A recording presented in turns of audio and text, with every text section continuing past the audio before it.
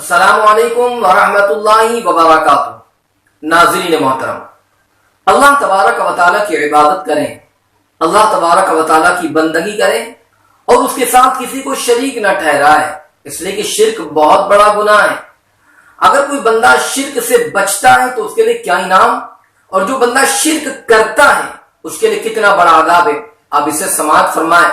مسلم شریف کی روایت ہے، حضرت جابر بن عبداللہ رضی اللہ مولا تبارک و تعالی عنہ اس بات کے راوی بیان کرتے ہیں کہ میں نے رحمت عالم نور مجسم صلی اللہ تعالی علیہ وسلم سے یہ فرماتے ہوئے سنا، آقا دو جہاں صلی اللہ علیہ وسلم ارشاد فرماتے ہیں، جس کا مفہوم ہے کہ جو بندہ اللہ تبارک و تعالی سے اس حال میں ملے کہ وہ اس کے ساتھ کسی کو شریک نہیں ٹھہراتا تو اللہ تبارک و تعالی اسے جنت میں داخل فرمائے گا، اور جو بندہ اللہ تبارک و تعالی سے اس حال میں ملے کہ وہ اس کے ساتھ کسی کو شریک ٹھہراتا ہے یعنی شرک کرتا ہے تو بندہ اللہ تبارک و تعالی اس کو دوزخ میں داخل فرمائے گا۔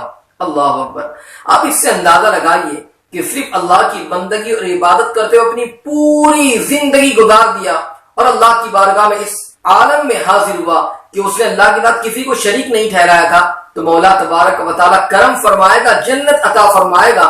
اور ہاں، کوئی بندہ دنیا کے اندر اگر اس کے ساتھ کسی کو شریک ٹھہراتا رہا، گویا کہ شرک کرتا رہا، تو یاد رکھے کہ وہ دنیا سے جب جائے گا اور اللہ سے جب اس کی ملاقات ہو تو ایسے عالم میں ملاقات ہوگی کہ وہ اس کے ساتھ شرک کرتا ہوگا تو اللہ رب العزت اس کو دوزخ میں داخل فرمائے گا۔ اس لیے اللہ کی بندگی اور اس کی عبادت کرتے رہیں اور شرک سے اپنے آپ کو بچائے۔ اللہ مجھے آپ کو سب کو عمل کی توفیق عطا فرمائے۔ السلام علیکم۔